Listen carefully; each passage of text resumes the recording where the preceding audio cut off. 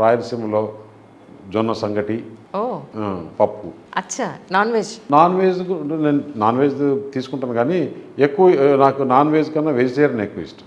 మరి రాగి సంగటి? రాగి సంగటిలో మా దగ్గర కడప పప్పు అని చేస్తారు, లేదు వేరుశనగలతో chutney. Your favourite one. Favourite. సినిమాలు చూస్తూ ఉంటారు సార్? చాలా తక్కువ అండి, అసలు అంత టైం లేదు. ముందు నుంచి కూడా ఎప్పుడు నుంచి కూడా ఏదైనా ఇంట్లో ఎప్పుడైనా పిల్లలు ఉన్నప్పుడు ఇంట్లో హోమ్ థియేటర్ ఉంది, పిల్లలు ఉండి ఇది బాగుంది అది అంటే అది కూడా కొంచెం చూస్తే నిద్రపోయేస్తాం. కానీ రాధాకృష్ణ గారి షోలో మిమ్మల్ని నువ్వు అని, ఆయన జనరల్గా అందరినీ నువ్వు అని అంటారు, అంటే మీకు ఆయనకి అంత సన్నిహిత సంబంధం ఉందా? నాకు ఆయనతో 92 నుంచి పరిచయం. ఓకే, 92 నుంచి పరిచయం అంటే మామూలుగా వాళ్ళ బాగా దగ్గర, రైట్. అంటే వాళ్ళు మా ఫ్యామిలీ కానీ వాళ్ళ ఫ్యామిలీ కానీ అందరం కలుసుకోవడం, ఏదైనా ఫంక్షన్లు ఉంటే చేసుకోవడం అదంతా. కానీ కవిత గారి అరెస్ట్కి సంబంధించి మీ ఉద్దేశ ప్రకారం ఇప్పుడు ఎలక్షన్స్ అయ్యే లోపల బయటకు వచ్చే అవకాశం ఉందంటారా? అది కోర్టు చెప్పాలి, మనం ఎట్లా చెప్తాం. కోర్టులో ఉండే ఇష్యూని ఆమెకు బెయిల్ ఇవ్వచ్చా ఇవ్వకూడదు అనేది వాళ్ళ అడ్వకేట్స్ వాళ్ళకుంటే కోర్టులో ఆర్డర్ని బట్టి ఉంటుంది, కానీ ఆ ఇష్యూలో నాకు అంత డీటెయిల్గా ఐడియా లేదు. అంటే ఇదంతా ప్లాన్డ్గానే జరిగింది, బీజేపీ ప్లాన్డ్గానే చేసింది అనేది అపోజిషన్. మీరు అవినాష్ రెడ్డి గురించి అయితే నేను చెప్పగలుగుతా, కానీ కవిత గురించి నాకు నిజంగా కూడా అంత, ఎందుకంటే అది మన స్టేట్ రాజకీయం కాదు. Right right right. ఇప్పుడు ప్రస్తుతానికి మీరు ఏ నినాదంతో ప్రజలకి ఏమి మీరు ఏమంటారు నమ్మకాన్ని ఇచ్చి, లేదంటే ఇవి మేము చేస్తాం ఈ పనులు చేస్తామని చెప్పి మీరు ప్రజల్లోకి వెళుతున్నారు అంటే? అంటే ఇక్కడ యువతకి ఉద్యోగ అవకాశాలు కల్పించాలి ముఖ్యంగా. అది ఈ డబుల్ ఇంజన్ సర్కార్ ఉంటేనే మన ఆంధ్రప్రదేశ్లో ఈ కూటమి గెలిస్తే చంద్రబాబు నాయుడు ముఖ్యమంత్రి అవుతాడు, అటు ప్రధానమంత్రి నరేంద్ర మోడీ గారు పక్కా. ఈ ఇద్దరు ఉన్నప్పుడు డెఫినెట్గా ఇక్కడ అనకాపల్లి యువతకి ఫస్ట్ ఆఫ్ ఆల్ పరిశ్రమలు రావాలి, దాని తగ్గట్టు ఇన్ఫ్రాస్ట్రక్చర్ డెవలప్ చేయాలి. ఇప్పుడు ఈ రోడ్స్ అన్నీ కూడా స్టేట్ గవర్నమెంట్ సెంట్రల్ గవర్నమెంట్ ఏదైనా నేషనల్ హైవేస్ తీసుకోవాలంటే కొన్ని నేషనల్ హైవేస్ తీసుకొని మాడుగుల, నర్సీపట్నము, చౌడవరం అవి కలుపుకుంటూ ఒక హైవే తీసుకుపోవడము, రైల్వే లైన్స్ చేసుకోవడము.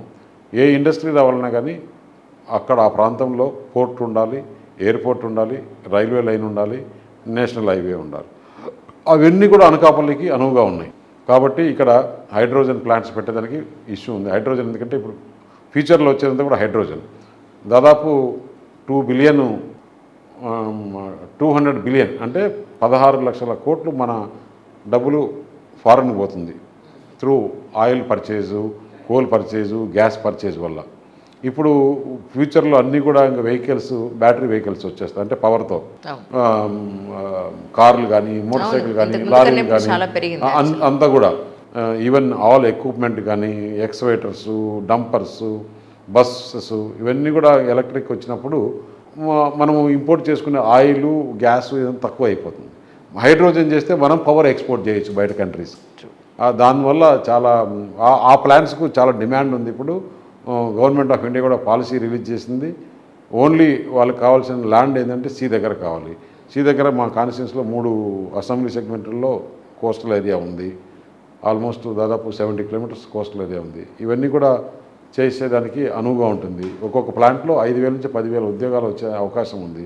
ఆ ప్లాంట్లు తీసుకుని వచ్చేసి ఇక్కడ చేసేదానికి పెద్ద పని చేయాల్సిన అవసరం కూడా లేదు, ఓన్లీ కోఆర్డినేషను అవి చేసి అట్లే ఇథనాల్ ప్లాంట్స్ ముఖ్యంగా ఈ 2 చేస్తే చాలా వరకు యువతకు ఉద్యోగాలు వచ్చేస్తాయి. అట్లాగే ఉమెన్కి ముఖ్యంగా ఇప్పుడు ఎందుకంటే ఎవరికైనా కానీ ఉద్యోగం చేసుకుంటే ఆ మనిషి పర్సనాలిటీనే పెరిగిపోతుంది.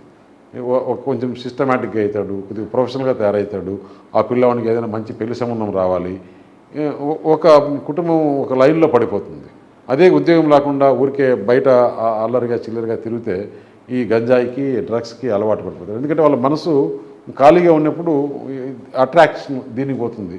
అదే ఒక జాబ్ చేసినాడు అనుకోండి, వారు ఒక ఇల్లు కట్టుకోవాలి, కుటుంబం బాగా చూసుకోవాలి, మంచి పెళ్లి సంబంధాలు వస్తాయి, ఇవన్నీ జరుగుతాయి, వాళ్ళ జీవన విధానమే మారిపోతుంది. మీ ఉద్దేశ ప్రకారం ఈసారి ఎన్నికల్లో ఎన్ని స్థానాలు మీరు గెలుచుకోగలుగుతారంటే ఏం చెప్తారు? అంటే మీరు చెప్పేది నా పార్లమెంట్లో ఉంటారా లేకపోతే ఓవరాల్గా స్టేట్లో ఉంటారా?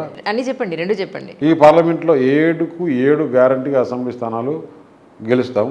పార్లమెంటు నేను అనుకోవడం స్టేట్లో అనకాపల్లి పార్లమెంటుకు హైయెస్ట్ మెజార్టీ. సార్ జగన్ గారి మీద జరిగిన దాడిని ప్రజలు ఏ విధంగా అర్థం చేసుకున్నారు, రాజకీయ నాయకులు ఏ విధంగా అర్థం చేసుకున్నారు అంటే మీరు ఏం చెప్తారు? అందరూ ఒకటే విధంగా అర్థం చేసుకున్నారు. ప్రజలు వేరే విధంగా అర్థం చేసుకోలేదు, రాజకీయ నాయకులు వేరే అర్థం చేసుకున్నారు. యావత్ ఆంధ్రప్రదేశ్ భారతదేశం అంతా కూడా మీరు ఎట్లా నవ్వుకుంటున్నారో అట్లా నవ్వుకుంటున్నారు. కాదు సార్, మీరు అంత సింగిల్ లైన్లో చాలా క్లియర్గా చెప్తే నవ్వుతున్నాను అంతే. ఏం లేదండి, అప్పుడు వాళ్ళు మొత్తం అంతా చూశారు. షర్మిలమ్మ సునీతమ్మ బాగా తిరుగుతున్నారు. వాళ్ళు జగన్ చేసిన అన్యాయాలంతా ప్రజలకు చెప్తున్నారు. సోషల్ మీడియాలో వైరల్ అవుతోంది. అలాగే ఎక్కడ పోయినా కూడా వాళ్ళు మొత్తం డబ్బులు ఇచ్చి జనాలు తోలుకున్నా కూడా జనం ఆగట్లా. ఆయనకు అర్థమైంది ఆంధ్రప్రదేశ్ రాష్ట్ర పరిస్థితి. ఏదన్నా అప్పుడు కోడికత్తి మాదిరి ఒక సింపతి చేసుకుందామని కరెక్ట్గా అక్కడ పోయిన తర్వాత కరెంట్ ఆఫ్ చేసి లైట్లు ఆఫ్ చేసేసి, సీను నువ్వు చిన్నగా నాకు గీకు, నేను నీకు చిన్నగా గీకుతాను, మనం ఇది చేసుకుందామని చెప్పేసి క్లియర్గా మాట్లాడుకొని చేసుకున్నారు. లైట్లు ఆఫ్ చేసి మళ్ళీ లైట్లు వచ్చినాయి. మళ్ళీ గీకిన తర్వాతనే అసలు ఆయన గీకినప్పుడు మనం అంతా చూసాం. సీను బాగా కన్ను అయ్యి ఓపెన్ చేసుకుని బయటికి పోయాడు. హాస్పిటల్ పోయినాక ఈ కన్ను అంతా మూసుకున్నాడంటే ఇంత డ్రామాలు మరి ప్రజల్ని ఎటు చెప్తున్నారు? ఒకటి కాదు, రెండు కాదు. అతను పేదోడంట, పేదోళ్ళకి పెత్తందారులకి పోటీ అంట. ఆయన పేదవాడంట. ఈరోజు ఆంధ్రప్రదేశ్లో కాదు భారతదేశంలోనే రిచెస్ట్ పాలిటీషియన్, ప్రజల సొమ్ము ఎక్కువ దోచుకున్న దాంట్లో పోటీ పెడితే జగన్ మోహన్ రెడ్డి దగ్గరలో కూడా ఎవరు ఉండరు. ఈరోజు ఆంధ్రప్రదేశ్లో క్యాష్ లేక చేస్తున్నారు. క్యాష్ లేదు ఎక్కడ, మొత్తం క్యాష్ అంతా జగన్మోహన్ రెడ్డి గల్లా పెట్టలేకపోయింది. అందుకని విపరీతంగా ఖర్చు పెడుతున్నాడు.